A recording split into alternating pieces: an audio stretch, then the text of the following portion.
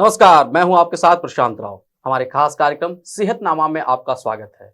आज हम बात करेंगे स्तन कैंसर की। इस वक्त उत्तर प्रदेश में स्तन कैंसर जागरूकता माह चल रहा है। इस स्तन कैंसर से कैसे लोगों को जागरूक किया जाए, कैसे बचाव हो और इसके लक्षण को कैसे पहचाना जाए और इसके उपाय क्या हैं, इसको लेकर आज हमने आमंत्रित किया है डॉक्टर निरुपमा सिंह जी को, जो SGPGI में सीनियर डाइटिशियन पद पर कार्यरत हैं। उनके द्वारा इस क्षेत्र में काफी काम किया जा रहा है। इस पर उनका PhD के द्वारा एक शोध भी है। आज हमारे साथ वो मौजूद हैं और उनसे जानेंगे कि महिलाओं में होने वाले स्तन कैंसर से क्या जागरूकता को लेकर वो काम कर रही हैं और सबसे पहले कि इनके जो रोकथाम को लेकर काम किया जा रहा हो या फिर क्या उपाय हो सकते हैं, इनके लक्षण क्या हैं, इसके बारे में डॉक्टर निरुपमा सिंह जी से जानेंगे। डॉक्टर निरुपमा सिंह जी, आपका स्वागत है हमारे स्टूडियो में। सबसे पहला आपसे सवाल है कि इस वक्त प्रदेश में स्तन कैंसर जागरूकता माह चल रहा है। खासकर स्तन कैंसर महिलाओं के लिए एक भयावह बीमारी है और इससे काफी नुकसान भी होता है। क्या कहेंगे इस पर आप? नमस्कार। स्तन कैंसर जागरूकता उत्तर प्रदेश ही नहीं वरन पूरे विश्व में स्तन कैंसर जागरूकता का माह चल रहा है और इसमें हमारा मुख्य कार्यक्रम यही है कि हम महिलाओं को किस प्रकार से स्तन कैंसर के बारे में जागरूक कर सके। जैसा कि देखा जा रहा है, स्तन कैंसर के मरीजों की संख्या लगातार बढ़ती जा रही है और आपको यह जानकर हैरानी होगी कि इसका मुख्य कारण जागरूकता ना होना है, कि महिलाओं को पता ही नहीं चल पाता है कि उनको स्तन कैंसर जैसी भयानक बीमारी हो गई है। यह बीमारी पहले अधेड़ उम्र में होती थी, लेकिन आजकल कम उम्र की महिलाओं में भी पाया जा रहा है। शोध का विषय यह है कि कारण क्या है। तो जो पाया गया है उसमें मुख्य रूप से यही है कि जागरूकता का ना होना या कम होना। तो क्या क्या कारण हो सकते हैं, क्या लक्षण हो सकते हैं, उसके बारे में मैं आपको संक्षेप में बताना चाहूंगी। कैसे लक्षण होंगे मैडम, लोग कैसे पहचाने जो महिलाएं कि हमारे अंदर जो है स्तन कैंसर पनप रहा है? देखिए, सबसे पहले तो हम ये कहना चाहेंगे कि सभी महिलाओं को जिनके भी पीरियड्स स्टार्ट हो गए हैं, उनको पीरियड्स खत्म होने के 3 से 4 दिन बाद स्तन परीक्षण करना है, स्वतः परीक्षण करना है। इसके लिए ये जरूरी नहीं है कि आप किसी डॉक्टर के पास जाएं। इसके लिए स्वयं जागरूकता करनी है, स्वयं जानना है। इसके साथ साथ इसके लिए इसका कुछ तरीका होता है, वो जानना बहुत आवश्यक है कि पीरियड्स खत्म होने के 3 से 4 दिन बाद और अपनी 3 उंगलियों को सपाट रखकर पूरे स्तन का या आसपास का परीक्षण करना है कि किसी प्रकार की गांठ, उभार या कोई खुरदरापन स्किन में या निप्पल से किसी प्रकार का श्राव तो नहीं प्रारंभ हो रहा है। इस प्रकार से परीक्षण करना है और यह हर महीने करना है। इसमें कुछ खर्चा नहीं होना है, यह हर महीने करना है। इसके साथ साथ देखना है कि यदि ऐसा कोई लक्षण है, दिखाई पड़ रहा है, तो उसके लिए डॉक्टर से मिलने की आवश्यकता है। आमतौर पे क्या होता है कि हम देख भी लेते हैं, हम जान भी लेते हैं, फिर हम क्या करते हैं कि हम अनदेखापन करते हैं या हम उनको अंधविश्वास से भी ले जाते हैं। बहुत सारे टाइम ग्रामीण अंचल में ये देखा गया है कि गांठ को कुछ मान लिया जाता है कि ऐसे ही हो गया होगा या किसी प्रकार की गांठ हो गई, वो ठीक हो जाएगी, या किसी भभूत से ठीक हो जाएगी, इस तरह की भी बातें सामने आती हैं। लेकिन इसके लिए आपको कुशल डॉक्टर के पास जाने की आवश्यकता है, जो जिस क्षेत्र में है। हमारे सरकार द्वारा बहुत सारे कार्यक्रम चलाए जा रहे हैं एवं प्रत्येक जिला अस्पतालों में गायनेकोलॉजिस्ट की उपलब्धता है, जिनको यदि कोई ऐसे लक्षण दिखाई पड़ रहे हैं उनको जाके परीक्षण कराएं। उसके बाद कुछ अगर लगता है डॉक्टर को तो उसके लिए वो अल्ट्रासाउंड, मैमोग्राफी जैसी कुछ जांचें होती हैं जिनको करने की आवश्यकता होती है। उसके बाद यह कंफर्म होता है कि वास्तव में यह गांठ कैंसर की तो नहीं है। यदि नहीं है तो फिर आप इसको सामान्य बिनाइन गांठ मान सकते हैं, बिना कैंसर वाली गांठ भी मान सकते हैं। लेकिन यदि कोई लक्षण है, अच्छा, सबसे अच्छी बात इस बीमारी की ये है कि यदि शुरुआती दौर में पता चल जाता है कि इस प्रकार की गांठ है या कैंसर है, तो इसका इलाज और जीवन बहुत लंबा होता है और बहुत अच्छी क्वालिटी ऑफ लाइफ रहती है। इसके ट्रीटमेंट के बहुत सारे ऑप्शंस हैं। सर्जरी की जाती है, कुछ लोगों में मेस्टेक्टमी की जाती है, कुछ में जरूरत नहीं होती है। कीमोथेरेपी, रेडियोथेरेपी, यह बीमारी की गंभीरता पर निर्भर करती है। इसलिए डरे नहीं, जाने समझे और इस बीमारी से दूर रहें, बचें, अपने आप को बचाने का प्रयास करें। तो ये कुछ इस लक्षण है। इसके साथ साथ यदि हम रोकथाम की बात करते हैं तो आजकल आपने देखा होगा कि धूम्रपान एवं शराब का सेवन महिलाओं में भी बहुत प्रचुर मात्रा में हो रहा है। यह एक मुख्य कारण हो सकता है स्तन कैंसर का। तो धूम्रपान से बचें। साथ ही साथ किसी भी प्रकार से यदि आप स्वस्थ जीवन शैली अपनाने का प्रयास करें, मोटापा नहीं आने दें। मोटे लोगों में पाया गया है कि अगर आप देखें तो मोटे लोगों में ये पाया गया है कि उनमें ब्रेस्ट कैंसर की संभावना बढ़ जाती है। तो ब्रेस्ट कैंसर से बचने के लिए मोटापा से बचें, स्वस्थ जीवन शैली अपनाएं। स्वस्थ जीवन शैली कैसे अपनाएंगे? उसके लिए अच्छा खान पान रखें। प्रतिदिन प्रयास करें कि कुछ ना कुछ फिजिकल एक्टिविटी करें, दिमाग को स्वस्थ रखें। इसके साथ साथ मैं सभी महिलाओं से जो कि किसी भी बच्चे की माँ है, स्तनपान अवश्य कराएं। 6 महीने तक केवल स्तनपान कराना है। इसके बाद 2 साल तक आप स्तनपान करा सकते हैं। स्तनपान कराने से स्तन कैंसर जैसी बड़ी बीमारी से बचा जा सकता है, जो कि आपके हाथ में है। तो पहला स्वतः परीक्षण, दूसरा स्वस्थ जीवन शैली, तीसरा स्तनपान कराना, चौथा धूम्रपान ना करना। ये सारी चीजें आपको स्तन कैंसर जैसी बीमारी से बचा सकती है। और जागरूक रहना यह बहुत ही महत्वपूर्ण है। जी। अब मैम एक सवाल और मेरे दिमाग में गूंज रहा है, क्या स्किन फिट कपड़ों से भी ये परेशानियां हो सकती हैं? इसके लिए शोध किए जा रहे हैं, लेकिन अभी हम ये नहीं कह सकते हैं कि स्किन फिट कपड़ों से इस प्रकार की कोई बीमारी की संभावना है। लेकिन हाँ, आवश्यक है कि कपड़े जो भी आप कपड़े पहन रहे हैं, उनके लिए महसूस ऐसे कंफर्टेबल कपड़ों के पहनने की कोशिश करें। अत्यधिक टाइट कपड़ों को पहनना किसी भी रूप में अच्छा नहीं है। मैम जो आपने अभी चीजें बताई हैं, क्या किसी माध्यम से आप महिलाओं को जागरूक करने का काम कर रहे हैं? किसी संस्था के माध्यम से किस प्रकार से महिलाओं को आप जागरूक कर रही हैं स्तन कैंसर को लेकर? देखिए, मैं पिछले 20 वर्षों से संजय गांधी पीजीआई में कार्यरत हूँ और मैंने अपना शोध भी इसी विषय पर किया हुआ है, कैंसर जागरूकता के बारे में। उसमें हमने खान पान, स्वस्थ जीवन शैली, कारण, लक्षण, जागरूकता, ये सारे पॉइंट्स रखे थे। और मैंने ये पाया कि न जाने कितने ही लोग, अच्छा, इसको शोध का करने का कारण भी यही था कि बहुत सारे मरीज हमारे पास जो आ रहे थे वो अंतिम अवस्था तक आ रहे थे, अंतिम स्टेज तक आ रहे थे। तो लगा कि आखिर क्यों? तो पूछिए तो कहते हैं कि हाँ थी, गांठ थी, हाँ मुझे समस्या थी, लेकिन मैं सोच रही थी कि बाकी लोगों का इलाज हो जाए, मैं क्यों घर में परेशान हूं। अपने आप को सबसे नेग्लेक्ट किया। तो लगा कि इसके बारे में जागरूकता करने की आवश्यकता है। बहुत सारे जागरूकता के कार्यक्रम चल रहे हैं। उसी मुहिम में हमने और हमारी संस्था स्तुति चैरिटेबल सोसाइटी ने एक गिलहरी प्रयास प्रारंभ किया है। माननीय श्रीमती आनंदीबेन पटेल राज्यपाल महोदया जी द्वारा हमारी संस्था स्तुति चैरिटेबल सोसाइटी का इनॉग्रेशन किया गया था, क्योंकि यह उनके भी दिल से लगा हुआ विषय है। वह भी सर्वाइकल कैंसर और ब्रेस्ट कैंसर के लिए समय समय पर जागरूकता के कार्यक्रम कर रही हैं। अच्छा, स्तन कैंसर के साथ साथ सर्वाइकल कैंसर भी ऐसा है कि जिसको हम प्रारंभिक लक्षणों को यदि जान जाएं तो बीमारी से बचा जा सकता है।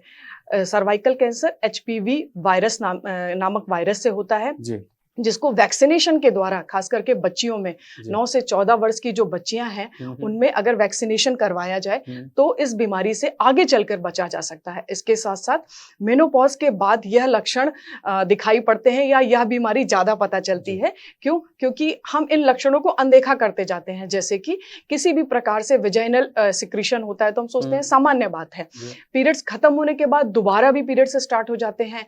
पेल्विक रीजन में पेन होता है, कमर के निचले हिस्से में लगातार दर्द बना रहता है, यूरिन के दौरान भी शिकायत होती है। लेकिन हम इन सब चीजों को सोचते हैं कि बाबा जी से इलाज करा लेंगे या किसी हकीम से इलाज करा लेंगे तो हम ठीक हो जाएंगे। नहीं, इसके लिए आपको जागरूक रहना है, डॉक्टर के पास जाने की आवश्यकता है। हमारी संस्था स्तुति चैरिटेबल सोसाइटी गांव-गांव में जाकर, विद्यालयों में जाकर जागरूकता का कार्यक्रम कर रही है। हम इसके लिए एक छपा हुआ पेपर भी देते हैं जिसमें सर्वाइकल कैंसर एवं स्तन कैंसर के जो भी लक्षण, कारण, रोकथाम एवं बचाव के बारे में बताते हैं। इसके साथ साथ हम जो हेल्थ केयर वर्कर, आशा या फिर आंगनबाड़ी कार्यकर्ती, स्वयं सहायता समूह, इन सब में लगभग 5000 महिलाओं को तो हमने प्रत्यक्ष रूप से अभी तक शिक्षित किया है या जागरूक किया है या उनको इसके बारे में समझाया है। और उनके ही द्वारा लगभग 15,000 से 20,000 महिलाओं को, बच्चियों को हमने जागरूक करने का कार्यक्रम किया है। इसके साथ साथ हम सोशल मीडिया, यूट्यूब, फेसबुक के द्वारा समय समय पर वीडियो बनाना या समय समय पर जागरूकता के कार्यक्रम करते रहते हैं, जिसके द्वारा हमारी संस्था प्रतिबद्ध है कि हम हर महिला को, जितना कि हम प्रयास कर रहे हैं, हर महिला को कम से कम लक्षण और रोकथाम के बारे में बताएं जी। और आपको ये जानकर खुशी होगी कि हमने जिन भी गांव में जाकर यह प्रयास किया है, बहुत सारी महिलाओं ने हमें अपनी समस्याएं बताई हैं। हमने उसके बाद उन्हें डॉक्टर के पास भेजा है, डॉक्टर के द्वारा उनका परीक्षण किया गया है, उसके बाद उनकी बीमारियां जो भी होती हैं उसका इलाज किया जा रहा है। तो इसके लिए हम और हमारी संस्था स्तुति चैरिटेबल सोसाइटी प्रयासरत है, लगातार प्रयासरत है। बिल्कुल, बहुत ही बेहतरीन प्रयास है आपका।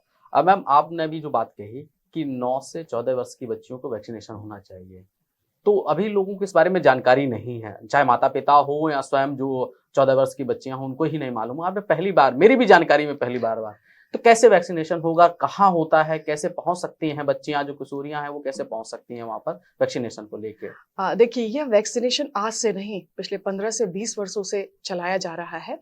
आपने सुधा मूर्ति जी का एक स्टेटमेंट भी सुना होगा, राज्यसभा में उन्होंने दिया था कि जो हमारी HPV की वैक्सीन है, इसको गवर्नमेंट सिस्टम में लेकर आए, जैसे कि अन्य टीकाकरण किए जा रहे हैं, जिससे कि यह थोड़ा लोगों की रीच तक हो। लेकिन आप अपने गायनेकोलॉजिस्ट के पास जाकर या किसी भी गायनेकोलॉजिस्ट, फिजिशियन के पास जाकर, जितनी भी किशोरियां हैं, उनके माता पिता हैं, वो जाकर इसका वैक्सीनेशन करवा सकते हैं। डरे नहीं, मैंने भी करवाया है। मैंने आज से 15 साल पहले ही इसका वैक्सीन करवाया था।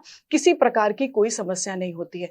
जैसे कि हम कहे कि कोई नया टीका, जैसे आपने कहा ना, नया टीकाकरण प्रारंभ होता है तो लोगों के मन में भ्रांतियां बहुत होती हैं। तो इस वैक्सीन को लेकर किसी भी प्रकार की भ्रांति ना पालें। हाँ, इससे यह एक फायदा जरूर है कि आप आने वाले सर्वाइकल कैंसर जैसे बड़ी बीमारी से बचा जा सकता है। और इसके लिए आवश्यक है, जब तक सेक्सुअली एक्टिव आप नहीं हैं, बच्चियां नहीं हैं, तभी इसका वैक्सीनेशन कराएं, तो ये ज्यादा फायदेमंद होता है। लेकिन बहुत ऐसा बेहतरीन जानकारी है। दर्शकों, आपको ध्यान में रखा होगा कि कैसे डॉक्टर निरुपमा सिंह जी आपको बता रहे हैं कि बच्चियों को कब ये वैक्सीन लेनी चाहिए। जी मैम।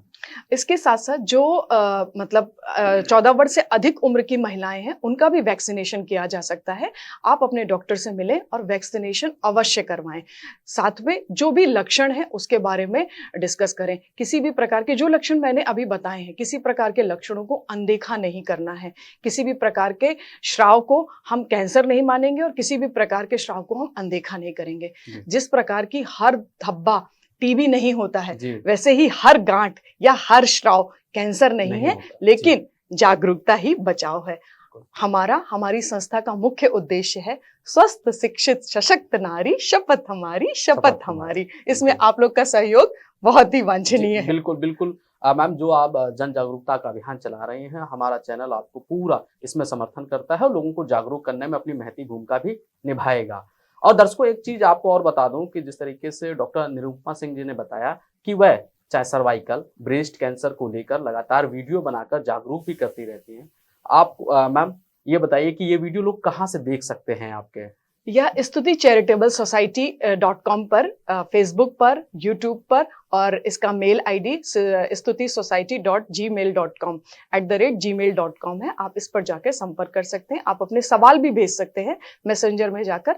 हम और हमारी संस्था के लोग आपके सवालों का निवारण करेंगे। बिल्कुल, अगर आपको किसी प्रकार के कोई लक्षण लगते हैं या आपको हैरानी होती है, तो जो किशोरी हैं या जो बच्चियां हैं, वो मैम ने जो अभी वेबसाइट बताई है उस पर अपने प्रश्न भेज सकते हैं और उनसे आप जान भी सकते हैं, सलाह भी पा सकते हैं और इसका इलाज कहें, उपचार कहें, वह भी आप पा सकते हैं। और इसके साथ ही एक मार्गदर्शन भी आपको मिलेगा। ये जागरूकता है, इसलिए आप संपर्क भी कर सकती हैं। मैम, एक अंतिम सवाल आपसे और करेंगे कि महिलाओं में जिस तरीके से धूम्रपान की बात की है आपने, खान पान को लेकर भी, धूम्रपान एक तरफ हो गया, खान पान से भी क्या स्तन कैंसर का खतरा हो सकता है? बिल्कुल, खान पान एवं जीवन शैली सीधे सीधे स्तन कैंसर से जुड़ा हुआ है, क्योंकि अगर आपका खान पान अच्छा नहीं है तो आप मोटापे की तरफ जाएंगे।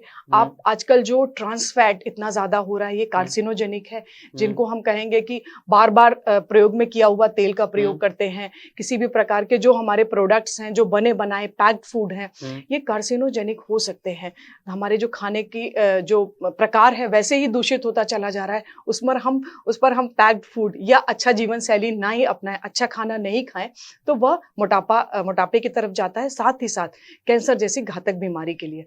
तो आवश्यक यह है कि घर का बना हुआ स्वस्थ, सुरक्षित, शुद्ध भोजन करने का प्रयास करें। जरूरी यही है।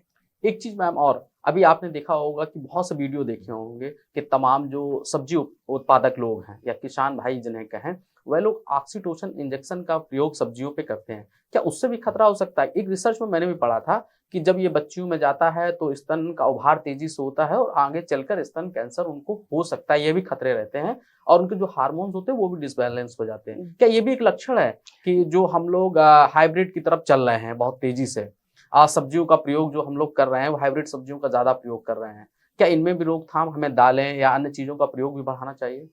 बिल्कुल सही कहा आपने। जिस प्रकार से हम किसी भी प्रकार का अगर केमिकल ले रहे हैं, तो वो कहीं न कहीं हमारे शरीर को, हमारे महिलाओं में खास करके, बच्चियों में खास करके हार्मोनल इम्बैलेंस पैदा कर रहा है। उन हार्मोनल इम्बैलेंस की वजह से न केवल ब्रेस्ट कैंसर बल्कि अन्य प्रकार की बीमारियां भी होने की संभावनाएं बढ़ती चली जा रही हैं। आपने देखा होगा कि पहले जो आपकी मेंस्ट्रुअल साइकिल की एज होती थी वो 13 से 14 वर्ष होती, आज 8 से 10 वर्ष भी हो रही है। इसका मुख्य कारण यही है, चिंताजनक विषय है। इसका मुख्य कारण है कि हमारे द्वारा जो भोजन या जो भी खाना खाया जा रहा है वह दूषित हो चुका है। तो हमें किचन गार्डन का भी प्रयोग करना चाहिए। जिनके पास जमीन है वो किसी भी प्रकार से सब्जियां एटलीस्ट उगा सकते हैं, फल उगा सकते हैं, उनको खाने का प्रयास करना चाहिए। और मैं अपील करूंगी सभी किसानों से कि आप बहुत ज्यादा फायदे के बारे में ना सोचे, समाज के बारे में भी सोचे, किसी भी प्रकार से घातक, अपने भविष्य और बच्चों के बारे में भी सोचे वो लोग ईमानदारी से, बहुत आवश्यक है। बिल्कुल। मैम, एक अंतिम सवाल यहीं से आपसे खत्म करेंगे। आपकी जो स्तुति चैरिटेबल सोसाइटी है वो क्या है, जो अभी आपने कहा कि बच्चियों में जो ये पीरियड साइकिल है वो चेंज हो रहा है, इसको लेकर भी जागरूक किया जा रहा है? जी बिल्कुल। हम इसके बारे में भी जागरूकता कर रहे हैं। इसके साथ साथ हम कैसे मतलब हाइजीनिक रूप में मेंस्ट्रुअल पीरियड्स जो हैं उसको कैसे करना है, पैड्स का इस्तेमाल करना है, इसके बारे में भी बच्चियों को बता रहे हैं। आपने देखा होगा कि सभी विद्यालयों में सैनिटरी नैपकिन के लिए मशीनें लगा दी गई हैं, उनका प्रयोग करें। जहां पर नहीं है वह अपने प्रिंसिपल से, ग्राम प्रधान से बताएं और इसका उपयोग करें। साथ ही साथ मेंस्ट्रुअल साइकिल के बारे में सभी माताओं को, अपनी बच्चियों को पहले से सिखाने की और बताने की आवश्यकता है। साथ ही साथ सरकार समय समय शर्माने की उनकी जरूरत नहीं है, बिल्कुल समय समय पर हम कार्यक्रम कर रहे हैं। अभी भी हमने SGPGI में 3 से 4 महीने पहले एक कार्यक्रम किया था जिसमें गाँव से महिलाओं को, बच्चियों को बुलाया था खास करके, और उनसे उनके सवालों का निवारण भी किया था। और उनके बहुत सारी चीजें ऐसी थी, जो जानकारियां थी, जो हमने उनको दी हैं मेंस्ट्रुअल साइकिल के बारे में। दर्शकों, बिल्कुल बहुत महत्वपूर्ण जानकारियां आपको दी हैं आज डॉक्टर निरुपमा सिंह जी ने, जो SGPGI में यहाँ पर सीनियर डाइटिशियन के पद पर कार्यरत हैं, और उनके स्तुति चैरिटेबल सोसाइटी के द्वारा लगातार जो है जागरूकता अभियान चलाए जाते हैं। समय समय पर महिलाओं में किस तरीके से सर्वाइकल कैंसर है, ब्रेस्ट कैंसर है, उसकी रोकथाम, उपाय, कारण, लक्षण, तमाम चीजें बताई जाती हैं। अधिक जानकारी के लिए आप उनकी वेबसाइट पर भी जा सकते हैं, आप अपने सवाल भी भेज सकते हैं, आप मार्गदर्शन भी प्राप्त कर सकती हैं। इसलिए जरूर और खासकर उनकी वीडियो जरूर देखिए ताकि आप लोग जागरूक बने रहें। सेहतनामा कार्यक्रम में आप सभी ने जो देखा और जो सुना उसको एक बार जरूर ट्राई करें कि किस तरीके से डॉक्टर निरुपमा सिंह ने जो लक्षण बताए हैं उनको जरूर देखें। यह फ्री ऑफ कॉस्ट है, आप स्वयं से उसको चेक कर सकती हैं और इस ब्रेस्ट कैंसर से आप बच भी सकती हैं।